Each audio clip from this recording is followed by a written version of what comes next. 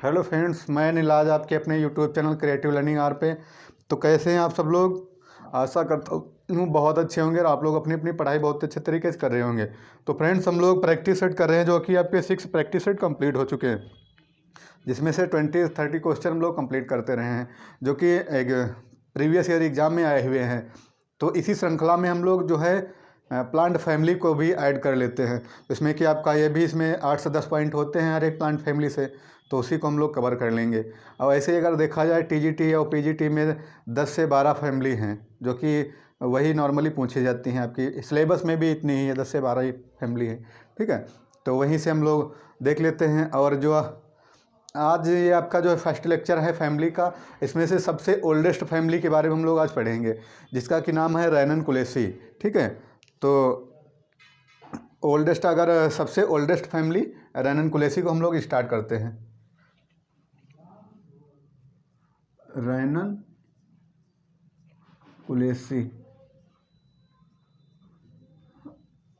ठीक है। तो यहाँ इसमें ऐसा होता है कि हर एक प्लांट फैमिली में 10 से लगभग 10 से 12 ऐसे जो होते हैं नॉर्मली पॉइंट, वही इम्पॉर्टेंट होते हैं। ठीक है, तो हम लोग वही देख लेंगे कौन कौन से इम्पॉर्टेंट है। तो सबसे पहला पॉइंट इसमें आप लोग ये लिखेंगे, ये ओल्डेस्ट फैमिली है,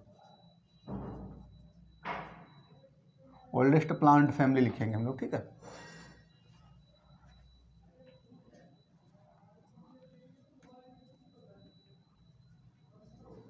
ओल्डेस्ट मतलब सबसे जो है, अगर आपसे पूछा जाए कि सबसे ओल्डेस्ट प्लांट फैमिली कौन सी है, तो आप लोग कौन सी लिखेंगे? रैननकुलेसी लिखेंगे। ठीक है, तो और इसमें जैसे कि ओल्डेस्ट फैमिली हो गई। और इसमें और बहुत इंपॉर्टेंट चीज़ होती है, जैसा कि आप लोग देखेंगे तालाब व नदी जो है, नदियाँ या फिर तालाब जो हैं, इसके किनारे जब आप गए होंगे तो आप ऐसे प्लांट देखे होंगे कि जिसमें कि हेट्रोफिली पाई जाती है, इसमें है।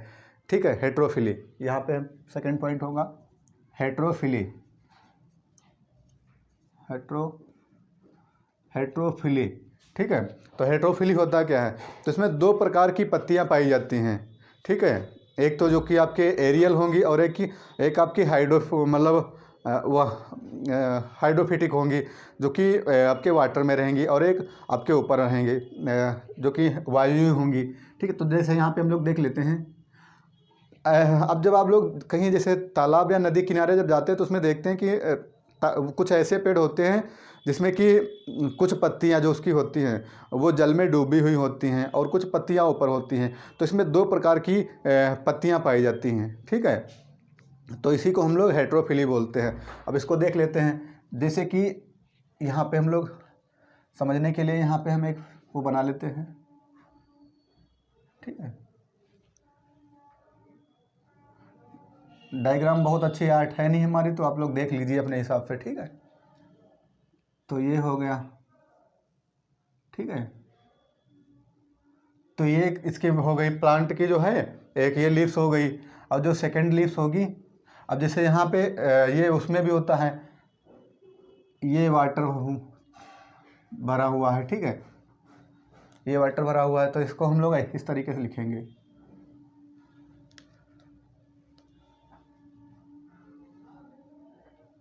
एक सेकेंड, इसको हम लोग यहाँ से करेंगे। ठीक है,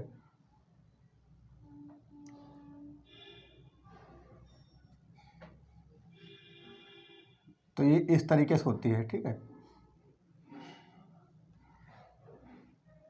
वाटर कहाँ से है? ये आधी पत्ती कैसी है? ये वाली लीव्स कैसी है? ये जो कि वाटर में है। ठीक है, और ऊपर वाली जो लीव्स है ये कैसी है? एरियल है लीव्स। ठीक है, जो कि आपके वायु में पाई जाती है। तो इसमें जो है हेट्रोफिली पाई जाती है, जो कि इसमें 2 प्रकार की पत्तियां होती है, एक तो आपके वाटर में होती है और एक आपके जो है वायु विभाग में पाई जाती है, जो कि वाटर में। अच्छा, अगर देखा जाए कि अगर पत्तियां कैसी होती हैं, जो कि आपके एरियल लीव्स होगी, अगर उसको हम लोग वाटर में नीचे कर देंगे तो वो क्या हो जाती है, उसमें वो नष्ट हो जाती है। ठीक है, और ये इसमें कि ये ऐसे प्लांट है जिसमें कि 2 तरीके की जो है लीव्स पाई जाती हैं। और कुछ ऐसी जो लीव्स होती हैं, अगर उनको हम लोग जो जैसे हाइड्रोफिटिक वाली जो लीव्स होती हैं जो वाटर में पाई जाती हैं, अगर उनको हम लोग ऊपर डाल देंगे तो वो सूख जाएंगी।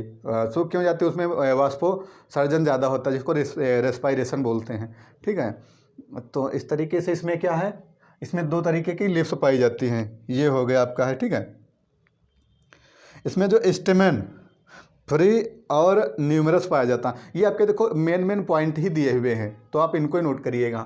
थर्ड इसका जो है पॉइंट है, इसमें जो स्टेमन फ्री एंड न्यूमरस पाए जाते हैं। ठीक है, तो इसके जो स्टेमन कैसे हैं, स्टेमन फ्री और न्यूमरस हैं। मतलब कि जो स्टेमन होते हैं वो कैसे होते हैं, मतलब अनगिनत व स्वतंत्र हो गए। जैसे कि आप देख, ये जैसे हो गया स्टेमन, ये आपके ये जैसे ये हो गया, एक ये यहाँ पर हो गया। ठीक है, एक यहाँ पर हो गया और एक यहाँ पर हो गया। ठीक है, तो ये कैसे हैं, इसमें जो ये आपका ये क्या होता है, एंथर होता है और ये आपका फिलामेंट होता है। ठीक है, तो ये आपका हो गया। ये स्टेमन कैसे हैं, इसमें फ्री और न्यूमरस हैं, असंख्य व फिर असंख्य और स्वतंत्र हैं। ठीक है, तो इसमें से सेकंड पॉइंट हो गया रेनन-कुलेसी का। जो कि आपका थर्ड पॉइंट कौन सा है, इसमें थर्ड पॉइंट इसमें है, इसमें एपोकार्पस कंडीशन पाई जाती है। एपोकार्पस कंडीशन का मतलब होता है इसमें जो ओवरी होती है। ठीक है, ओवरी कैसी होती है, वो भी स्वतंत्र होती है। कैसी होती है, एपोकार्पस कंडीशन का मतलब जो ओवरी होंगी इसमें फ्री होंगी और न्यूमरस होंगी, वो भी स्वतंत्र और असंख्य होंगी। कोई मतलब इसमें कोई वो आप काउंटिंग नहीं कर सकते इसकी हैं। ठीक है, तो इसमें सेकंड जो है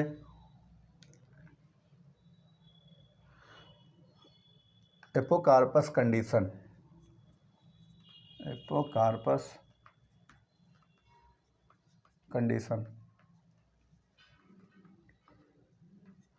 ठीक है, तो इसमें एपोकार्पस कंडीशन होती तो क्या होता है, ओवरी फ्री, 1 सेकेंड,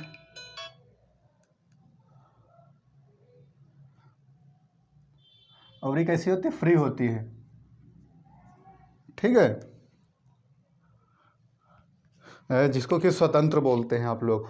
तो इसमें जैसे ये आपके इसमें स्टेमन किस में पाया जाता है, फ्री एंड न्यूमरस किस में होते हैं, तो आपके रेनन-कुलेसी एपोकार्पस कंडीशन, ये बहुत इंपॉर्टेंट, आप लोग इसको याद रखिएगा, बहुत पूछा भी गया है।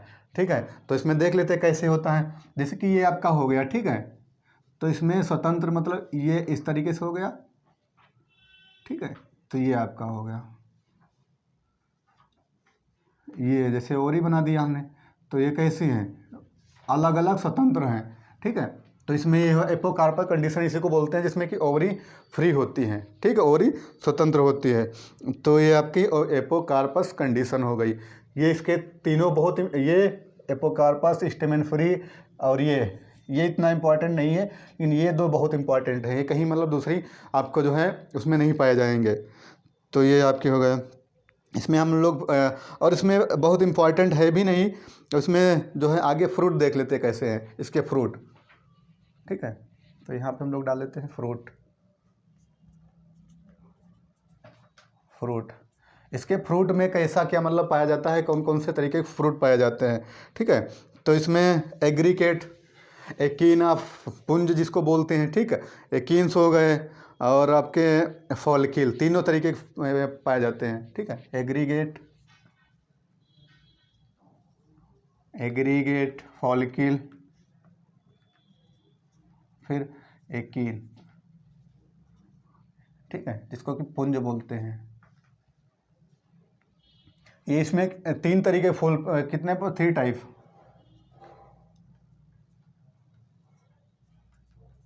ठीक है, तो इसमें जो है रेनन-कुलेसी फैमिली में आपके 3 तरीके से जो हैं वो पाए जाते हैं, फ्रूट पाए जाते हैं। एग्रीगेट आपका हो गया, फॉलिकिल और एकीन हो गया, ये 3 टाइप के फ्रूट पाए जाते हैं इसमें। ठीक है, तो ये आपका हो गया।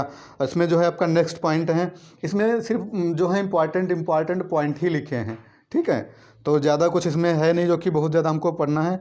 और इसके बाद में हम लोग देख लेते हैं प्लेसेंटेशन इसमें कैसा कैसा पाया जाता है, ठीक है, बहुत इम्पॉर्टेंट है कि मतलब और इस ये जो कैसी हाइपोगाइनस है ये याद रखना, ठीक है, यहाँ पे आप लिख लीजिए कैसी हाइपोगाइनस,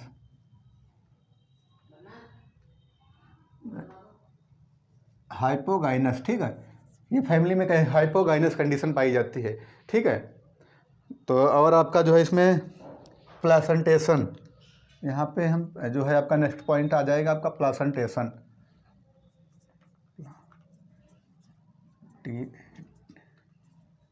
प्लासेंटेशन कैसा पाया जाता है। तो प्लासेंटेशन इसमें लगभग सभी प्रकार का प्लासेंटेशन पाया जाता है, ठीक, आप ऐसे लिख लीजिए ऑल टाइप का, ठीक है, या फिर ऐसे आप ऑल टाइप, ठीक है, जैसे कि एग्जाइल हो गया, बेसल हो गया, ठीक है, ETC। तो ये आपके प्लेसेंटेशन इस तरीके ऑल टाइप या फिर एग्जाइल बेसल, प्लेसेंटेशन नॉर्मली देखा जाए एग्जाइल या बेसल, और कभी कभी तो अलग अलग जो भी हैं सब प्लेसेंटेशन इसमें पाए जाते हैं। तो ये आपके हो गए, इसके कुछ हम लोग जो एग्जाम्पल लिख लेते हैं जो कि बहुत इंपॉर्टेंट है। इस फैमिली से में इतना ही आपको पढ़ना है रैननकुलेसी में, ठीक है। तो इसके एग्जाम्पल हम लोग देख लेते हैं कौन कौन से हैं एग्जाम्पल। सबसे पहला है निगेला सटाइवम, निगेला सटाइवम, ठीक है, निगेला सटाइवम। तो ये कैसा है, एकीन फल है आपका, क्या है ये, एकीन है, एकीन फल है, ये कैसा है लिख लीजिए यहाँ पे, एकीन फल है, ठीक है, एकीन, हाँ ठीक है। अब कहते कि इसको अगर देखा जाए तो काला जीरा आप लोग नाम सुने होंगे, क्या, काला जीरा हिंद इसको बोलते हैं, ठीक है, काला जीरा, निगेला सटाइवम, काला जीरा अगर पूछ दिया किस फैमिली का है तो ये आपका रैननकुलेसी फैमिली का है, ठीक है। और ठीक है, तो इसमें जो मसाला जो काला जीरा कैसा होता है, मसाला वाला होता है, तो इसमें जो मसाला काला जीरा से प्राप्त किया जाता है हम लोगों को। रैननकुलस फिकेरिया, ये इम्पॉर्टेंट है ज़्यादा, सेकेंड, ये फर्स्ट हो गया, ये सेकेंड हो गया, आपका कौन सा है, रैननकुलस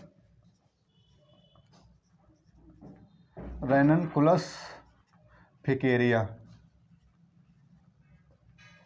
ठीक है। रैननकुलस फिकेरिया क्या होता है, इसकी जो है रूट में स्टार्च पाया जाता है बहुत मात्रा में, मतलब जो है इसमें जो है स्टार्च,